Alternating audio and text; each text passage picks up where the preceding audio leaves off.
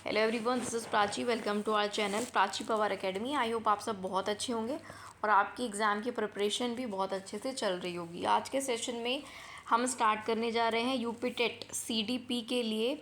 आज आपका chapter number 3, 2 chapter आपके कंप्लीट हो चुके हैं जिसमें काफ़ी सारे सब टॉपिक्स भी थे। जैसे पहला आपका चाइल्ड डेवलपमेंट था और दूसरा चैप्टर था लर्निंग, है ना। काफ़ी सारी क्लासेस अब तक मुझे लग रहा है 18-19 क्लासेस हो चुकी हैं। यस, 18 क्लासेस हो चुकी हैं। आज क्लास नंबर 19 है, तो उन्होंने उन 2 चैप्टर्स को कंप्लीट किया है। आज 3rd चैप्टर हमारा स्टार्ट होने जा रहा है जो कि है शिक्षण और शिक्षण विधियाँ। तो 2 से 3 क्लासेस में इसको भी हम फिनिश कर देंगे और इसके बाद हमारे 2 चैप्टर्स और बचेंगे। तो मेरी पूरी कोशिश यही है कि यूपी टेट के एग्ज़ाम से पहले आपको ये पूरी सीडीपी मैं कंप्लीट करा दूं, जो आपकी इक्वली इंपॉर्टेंट है और काम आएगी सी टेट के या किसी और भी टेट के एग्ज़ाम में। सभी में आपका सीडीपी का सेक्शन काम आने वाला है। तो चलिए बिना देरी के शुरू करते हैं आज का सेशन।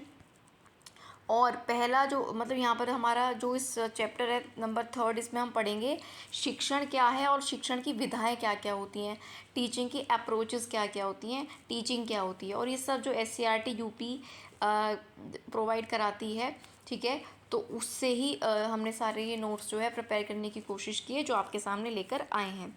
तो चलिए अब स्टार्ट कर लेते हैं आज का सेशन। और आपके सामने पहला जो क्वेश्चन है वो है शिक्षण या टीचिंग क्या होती है। तो सबसे पहले अगर हम शिक्षण या टीचिंग को समझें तो शिक्षण वह प्रक्रिया है जिसके द्वारा शिक्षक विद्यार्थियों के व्यवहार में, उनके ज्ञान में, उनके स्किल्स में और उनके पॉइंट ऑफ व्यू यानी दृष्टिकोण में वांछित परिवर्तन ले आए, ठीक है। तो वही शिक्षण है। वांछित यानी जिसकी ज़रूरत हो, एक पॉजिटिव चेंज ले आए। तो शिक्षण वही तरीका होता है, वही प्रोसेस होता है जिसके द्वारा एक टीचर बच्चों के बिहेवियर को में एक सकारात्मक परिवर्तन लाने की कोशिश करता है, बच्चे को ज्ञान को बढ़ाने की कोशिश करता है, उसमें कौशल डेवलप करने की, स्किल डेवलप करने की कोशिश करता है, ये सारी चीज़ें करता है, ठीक है। यानी कि शिक्षण एक ऐसी नियोजित प्रक्रिया है जिसमें शिक्षक विद्यार्थियों को सीखने में सहायता करते हैं या हेल्प करते हैं। तो यही क्या होता है, शिक्षण होता है। आगे अगर कुछ इसके इंपॉर्टेंट डेफिनेशंस की बात करें तो एडमंड एमिडॉन ने इसकी डेफिनेशन दी है, किसकी, टीचिंग की, है ना।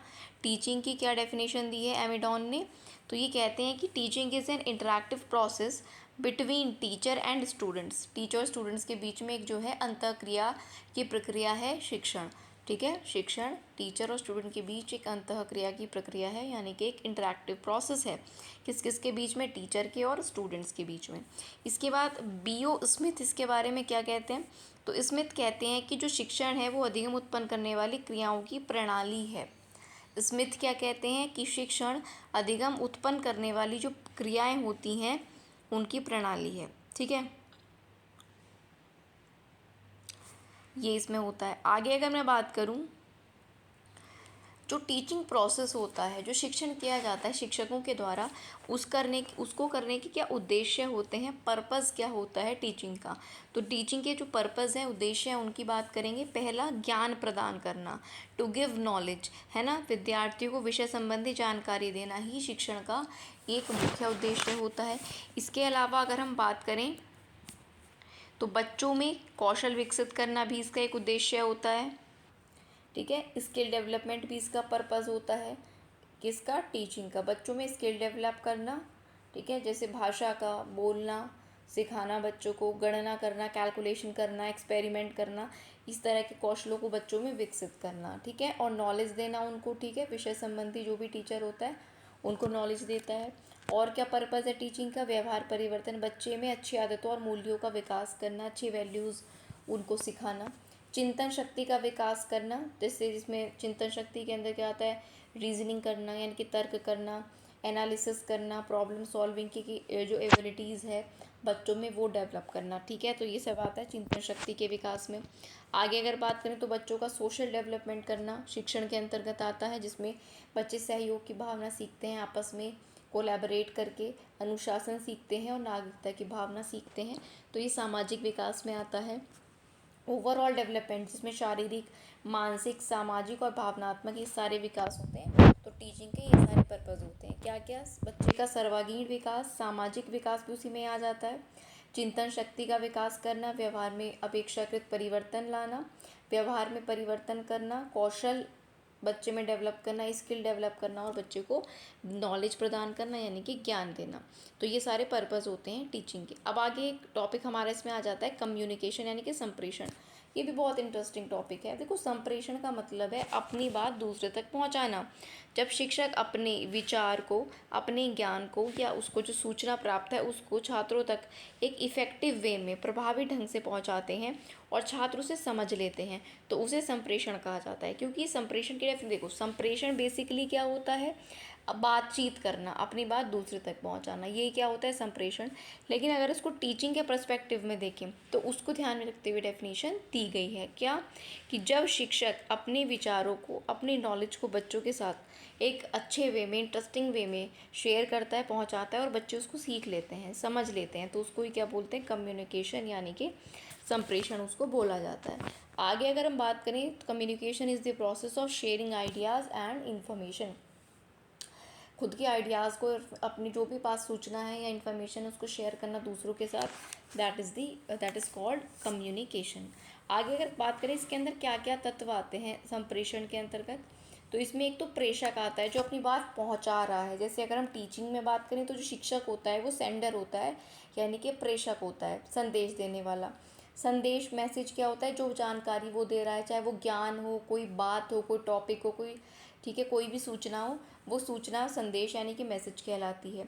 तीसरा है माध्यम, उस सूचना को देने का माध्यम क्या है, टीचर क्या बोल कर, भाषा के माध्यम से बच्चों तक पहुंचा रहा है या चार्ट के थ्रू बच्चों तक पहुंचा रहा है, किसी बुक के थ्रू या आईसीटी के थ्रू बच्चों तक वो इन्फॉर्मेशन पहुंचा रहा है, तो उसको मीडियम कहते हैं। और प्राप्तकर्ता यानी कि रिसीवर कौन होता है, विद्यार्थी, जिस तक वो बात पहुंचानी है, ठीक है।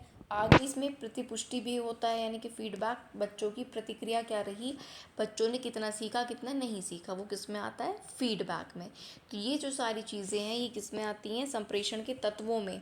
क्या क्या आता है संप्रेषण के तत्वों में, एलिमेंट्स ऑफ कम्युनिकेशन, प्रेषक यानी कि सेंडर, संदेश यानी कि मैसेज, माध्यम यानी कि मीडियम, प्राप्तकर्ता रिसीवर, और आपकी फीडबैक यानी कि प्रतिपुष्टि। तो ये सारे तत्व किसके हो जाते हैं, आपका संप्रेषण के तत्व हो जाते हैं। नेक्स्ट आपका है प्रभावी संप्रेषण की क्या विशेषताएं हो सकती हैं, ये सवाल है। तो एक इफ़ेक्टिव कम्युनिकेशन, यानी इफ़ेक्टिव कम्युनिकेशन वो कम्युनिकेशन होगा जब आपने अपनी बात अच्छी तरह से सामने वाले तक पहुंचा दी, वो प्रभावी संप्रेषण होगा। जब टीचर ने इस तरह से बच्चों तक अपना ज्ञान पहुंचाया, सूचना को पहुंचाया कि बच्चे सीख पाए, बच्चों ने समझ लिया जो टीचर कहना चाह रहा है, तो वो इफ़ेक्टिव कम्युनिकेशन होता है, प्रभावी संप्रेषण होता है। तो प्रभावी संप्रेषण कैसा होता है, सरल भाषा होती है उसकी, सिंपल लैंग्वेज होती है, क्लियर होता है, ये इसकी विशेषताएं याद रख लेना। एक इफ़ेक्टिव कम्युनिकेशन कैसा होना चाहिए, सिंपल होना चाहिए और क्लियर होना चाहिए। क्लियर होगा तो बच्चे उतनी जल्दी ही उसको समझ पाएंगे। अच्छा, सिंपल और क्लियर के साथ साथ उपयुक्त उदाहरण उसका देना चाहिए, सही एग्जाम्पल देना जाना चाहिए जो उसी से रिलेटेड हो। दूसरा, दो तरफा प्रक्रिया है कम्युनिकेशन। देखो, कम्युनिकेशन का मतलब ही कि अकेले ही हो नहीं सकता, अपनी बात किसी तक तो पहुंचा रहे हैं तो सामने दूसरा व्यक्ति तो होगा ही होगा। तो ये एक टू साइडेड प्रोसेस होता है, टू वे कम्युनिकेशन होता है, ठीक है। रुचिकर प्रस्तुति, जितना इंटरेस्टिंगली आप पेश करोगे अपनी बात को, बच्चों तक पहुंचाओगे, सामने वाले तक पहुंचाओगे, रुचि तो उसकी और जो है संप्रेषण प्रभावी होगा। आगे अगर बात करूं, हाँ, तो ये सारे करेक्टरिस्टिक होंगे इफ़ेक्टिव कम्युनिकेशन की, जिसमें सरल भाषा आएगी, क्लियरिटी आएगी, ठीक है, क्लियर होना चाहिए, उपयुक्त आपको उसके एग्जाम्पल देना चाहिए, टू वे प्रोसेस होता है और इंटरेस्टिंग होना चाहिए, तो वो क्या हो जाएगा, प्रभावी संप्रेषण। आगे अगर हम नेक्स्ट इसमें टॉपिक की बात करते हैं, शिक्षण के जो सिद्धांत हैं, प्रिंसिपल्स ऑफ टीचिंग क्या क्या हैं उनकी बात कर लेते हैं। तो प्रिंसिपल्स ऑफ टीचिंग में सबसे पहले प्रिंसिपल की हम बात करेंगे, ज्ञात से अज्ञात की ओर, नोन टू अननोन, जो हमें पता है उसी की हेल्प से, उसी की हेल्प लेकर किस तक पहुंचना, जो हमें पढ़ना है एक्चुअल में, जो टॉपिक एक्चुअल में हमें पढ़ना है और उससे रिलेटेड जो हमें पहले से पता है, ज्ञात है, उससे उस नए टॉपिक तक पहुंचना। तो विद्यार्थी जो पहले से जानता है उसी आधार पर उसको नया ज्ञान देना, नोन टू अननोन नॉलेज, तो वही ज्ञात से अज्ञात की ओर कहलाता है। जैसे बहुत सिंपल सा एग्जांपल है, गिनती सिखाने के बाद जोड़ सिखाना। जब गिनती सिखा दी है, जैसे 1 2 3 4 या 1 2 3 4 5, ठीक है, फिर आप इसमें बच्चों को क्या सिखा सकते हो, बहुत ईजीली एडिशन यानी कि जोड़ना। कैसे कि एक में अगर 2 जोड़ा तो क्या मिलेगा 3, 3 में 2 जोड़ा तो क्या मिलेगा 5। इस तरह से मतलब आप पहले ऑफकोर्स बच्चों को नंबर या गिनती सिखाते हो, नंबरिंग, उसके बाद ही एडिशन सिखाते हो, तो ज्ञात से अज्ञात की ओर हो जाता है। इसके बाद शिक्षण के सिद्धांत में अगला सिद्धांत आता है सरल से कठिन की ओर, यानी कि इजी टू टफ या easy to hard. Easy to hard, पहले आसान विषय फिर कठिन विषय पढ़ाना। अब विषय भी आप कह सकते हो या इसको टॉपिक भी कहोगे तो ज़्यादा बेटर रहेगा। पहले इजी टॉपिक बताना और फिर धीरे धीरे कठिन यानी कि हार्ड की तरफ मूव करना। तो ये सरल से कठिन की ओर आता है। अगला तीसरा शिक्षण का सिद्धांत है ठोस से अमूर्त की ओर।